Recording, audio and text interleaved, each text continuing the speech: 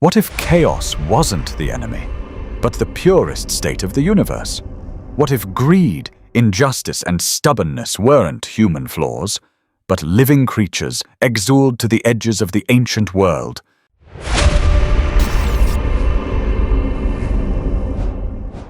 Today, I'm not telling you a fairy tale. I'm taking you inside the darkest myth of ancient China, the Four Perils. And I assure you, they never truly disappeared. The Zuo Zhuan and the Shiji speak of four entities, or perhaps four rebels, exiled by Emperor Shun to the four corners of the earth to save cosmic order. But pay attention, these aren't random monsters. Each one embodies a primordial vice.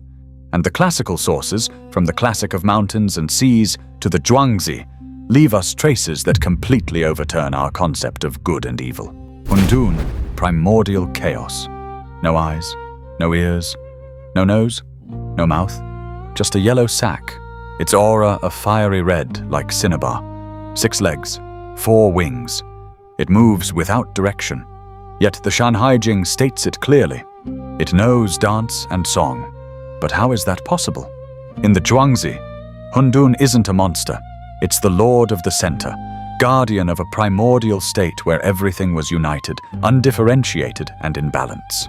One day, 2 sovereigns from the north and south, grateful for his hospitality, decide to complete him by giving him what humans have: eyes, ears, nostrils, and a mouth.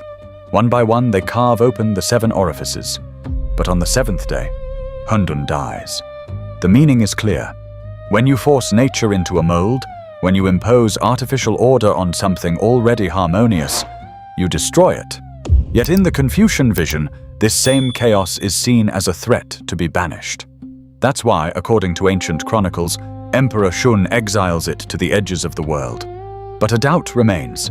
If chaos is truly the purest form of the universe, why has tradition painted it as an enemy to defeat? Perhaps because humans fear what they cannot control. And while Hundun represents what cannot be defined, the next fiend embodies what can never be satisfied. Taotie, the insatiable devourer. An enormous head, a mouth forever gaping, strange eyes positioned beneath the armpits, a voice that wails like a newborn. The Shanhaijing leaves no doubt. This creature devours everything it encounters, whole people, villages, territories. But there's a detail that changes everything. If you look at the ritual bronze vessels of the Shang and Zhou dynasties, the Taotie always appears the same way. A monstrous head, but no body. Only the mouth, only the face that devours. Why did the ancient artisans make this choice? Because insatiable desire, by its very nature, has no body, no limits. It never stops. The Taotie on the bronzes isn't just decoration.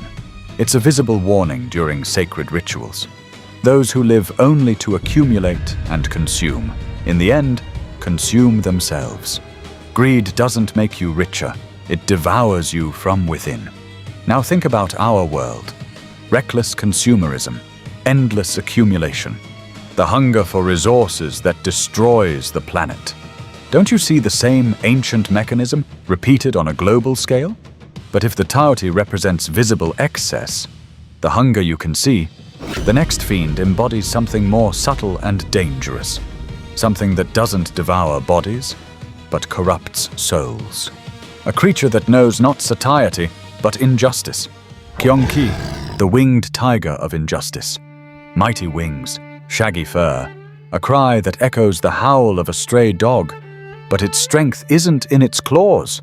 It's in its moral nature. Imagine a creature that, when faced with a dispute, doesn't seek truth, but devours the one who's right. When it meets an honest person, it bites off their nose. When it encounters a liar, a traitor, it brings them gifts, hunted animals, riches. It rewards evil. It punishes good. It seems like the paradox of a nightmare, yet ancient chronicles describe it precisely this way. So how do we explain that in the Nuo rituals of ancient China, this same beast had a sacred task? To hunt poisons, devour epidemics, protect the village from disease. It's a living paradox. A monster that corrupts justice, yet a guardian that purifies the community. Two opposite faces, yet both respond to the same logic. How can one creature embody two such contrasting forces? Perhaps because injustice, in human history, has never been just a beast to fear. It's a mechanism, a system that overturns the rules for those who hold power. And while Qiongqi teaches us to distrust inverted truths, the last of the Four Perils shows us a different danger. It doesn't want to corrupt the rules. It wants to stop time itself. Taowu, the indomitable obstinacy. Imagine a massive tiger's body, a human face with fierce features, protruding boar tusks, and a tail exceeding 4 meters. Its name, in Chinese, literally means gnarled stump. Wood so hard and twisted that no artisan could carve it, no teacher could educate it. In the Zuo Zhuan, Taowu isn't just a creature. It's the personification of the rebellious son who rejects every lesson of wisdom. When you admonish it, it shuts down, becoming an impenetrable wall. When you leave it alone, its stubbornness transforms into pure arrogance. It doesn't act out of madness or calculated evil. Its nature is absolute rigidity. And precisely for this reason, in the Confucian vision, it's the most insidious threat of all. A furious tyrant can be fought and overthrown, but an ideology, a mindset that stubbornly refuses to evolve, that outlives dynasties, defies centuries, and locks progress in the past. Look around you today. In conflicts between generations, in dogmas that refuse dialogue, in the visceral fear of everything new, Taowu is no longer a monster from ancient swamps. It's the mirror of our refusal to change. And while chaos, hunger, and injustice show us the wounds of the world, Taowu reminds us of the most silent trap, staying still, convinced we're already right. 4 creatures, 4 vices, but also 4 lenses through which to read the world. Confucianism sees them as threats to social harmony, to be exiled out to restore the mandate of heaven. Taoism, instead, looks at Hundun and sees original purity. Chaos is not to be tamed, but preserved. Wu-wei versus regimentation, 2 visions that still clash in our society today. Order versus freedom, control versus spontaneity, progress versus tradition. The Four Perils were banished to the edges of the world, but perhaps they never truly disappeared. They live in our choices, in our fears, in our obsessions. Chinese mythology isn't a museum artifact. It's a living language, and we're only beginning to decipher it. But tell me, which of these 4 perils do you recognize most in today's world?